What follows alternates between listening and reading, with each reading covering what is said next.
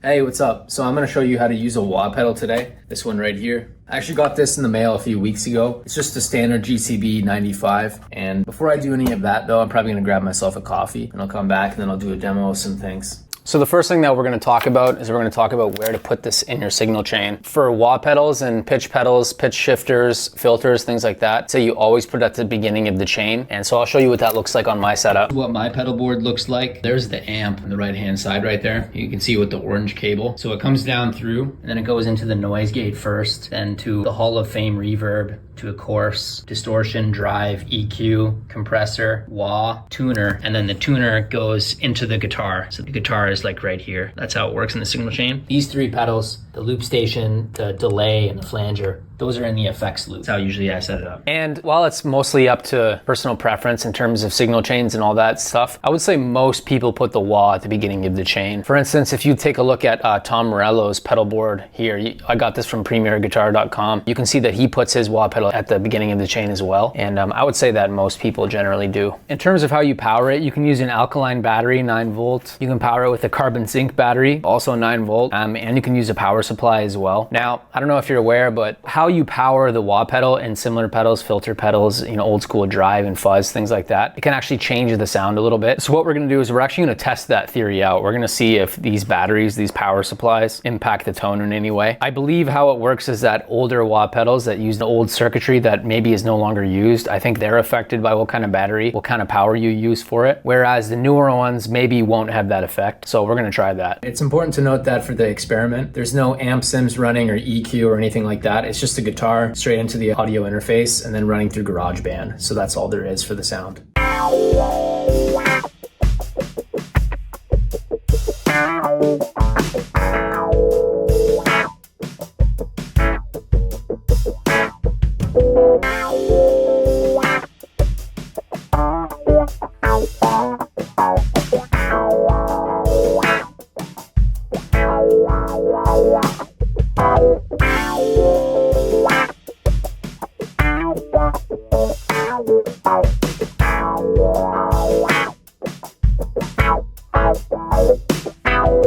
I originally got the idea for using a carbon battery versus alkaline from a guy, I don't remember his name, but his channel is called Vertex Effects. He seems to know what he's talking about. So I don't want to contradict the guy and say he's wrong, because if you listen back to what we just did, there's really not much of a difference between the three power supplies. But that only leads me to believe that it's probably just an issue with the older pedals. It probably works with the older pedals, but maybe not with the new ones. All right, so now I'm actually going to show you how to use the wah pedal. Just going to run through the basic functions. It's pretty straightforward, right? It's a rocker, so you rock it back and forth like you can see here. So when you have it in the low pass position, which is rocked backwards,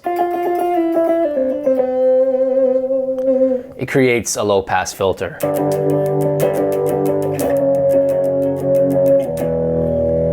Just like that. But when you put it in the forward position, so you rock it all the way forward, you get a high pass.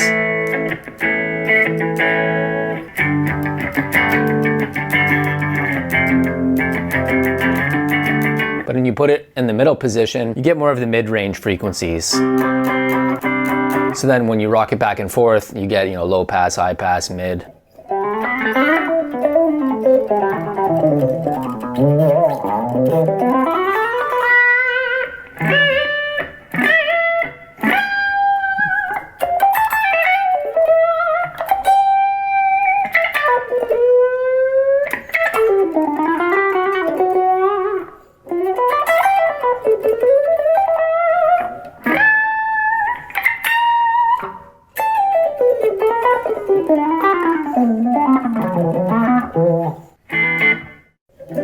So yeah, it's pretty cool. You can get all kinds of cool vibes with the wah pedal. Now, the foot switch, you really got to press down on it to get it to work. So it's no longer engaged. So you really got to push on that like that. In fact, some people will even say that this is a design flaw, and I think I would almost agree. It's a little tough to get used to. But if you're standing up, it's a lot easier to actually engage that foot switch.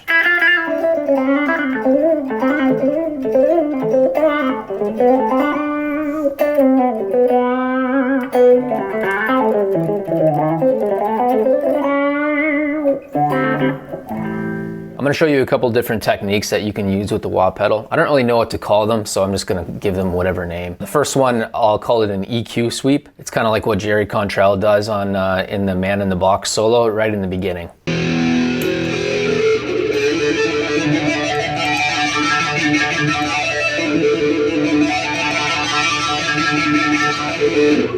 And for that, you just rock the pedal slowly back and forth, real slow. That way you get like the full range of the sweep. The next one, I would call it like a tremolo or a vibrato effect. And that's you strum like an open chord or just a nice sounding chord. And you do kind of like the first one where you do an EQ sweep, but you do it slower. And you do it to really just like bring out the nice qualities of the chord.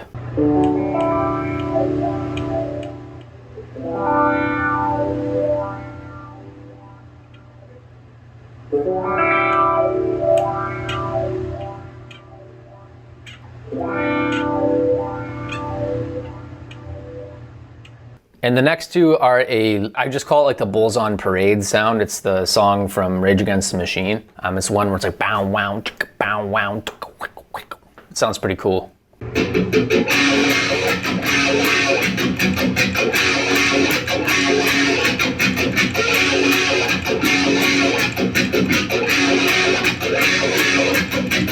And then the next two are a low pass and high pass filter. It's actually in the same song in the Bulls on Parade where I believe he has it rocked forward. So it's a high pass in that song. But in this demonstration, I've done like a low pass and a high pass with the same riff.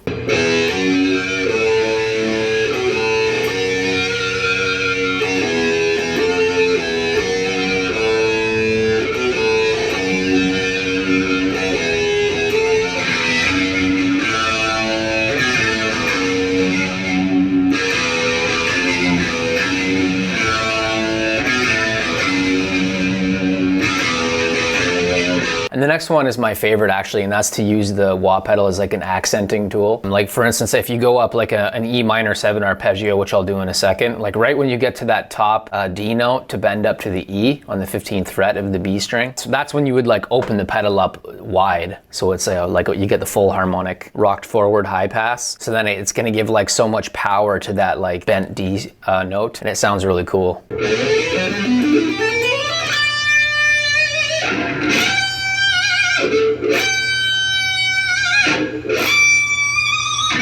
Another cool trick that you can do is kind of like a harmonic thing. I don't know who invented this. I think it seems like Eddie Van Halen did it, but it's where you like tap harmonics just as you normally would with your fretting hand. And then you just like lightly touch the guitar string with the end of your pinky or your finger, whatever finger you want to use.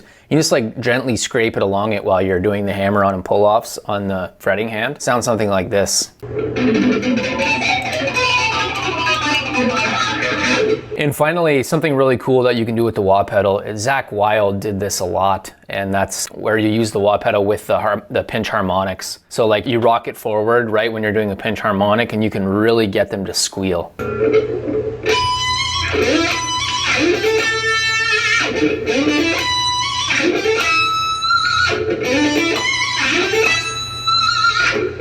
So yeah, it really makes them sound juicy, for lack of a better word. Like it brings out like that squishy, juicy harmonics vibe. It sounds really cool. So should you go out and buy a Dunlop Crybaby wah? I would say no, actually, because Dunlop has released many different models since then that have improved upon the original circuitry and design. So for instance, you can see this Crybaby wah. This is mine on top, and then you have the Crybaby mini wah, which is quite literally half the size. And not only is it half the size and it fits on your board better, but it also has true bypass, which means that the wah pedal isn't going to have terrible tone suck, which is certainly a problem with the regular Dunlop Crybaby wah. I find that it does actually take a bit of some of those nice sounds of your tone. I don't know what term to use. I don't want to say harmonics because everyone says that, but it just removes some of that goodness. You know, it takes something away and you can hear it. So I think it's much better. You're much better off to get the Crybaby mini wah for the reasons I just mentioned. And just as a bonus tip, If you've never used a wah pedal before, probably never noticed the tablature or the sheet music that some books will have for it. So for instance, if you take a look at this image here, you can see that there's a 0, there's an O sign on top of certain notes. That actually means that it's in open position, so it's in the rolled back position. That's how they indicate that in many tablature books. If you have a book that is as detailed as that it includes it, that's fantastic. Most won't have it though, but it's not totally rare to see these symbols in sheet music and so on. As far as the closed position, they use a plus sign like what's seen here. So when you're in the high pass filter mode, it'll be the plus sign. But other than that, I hope you learned something from this video. It takes a long time to make this. Have a good day.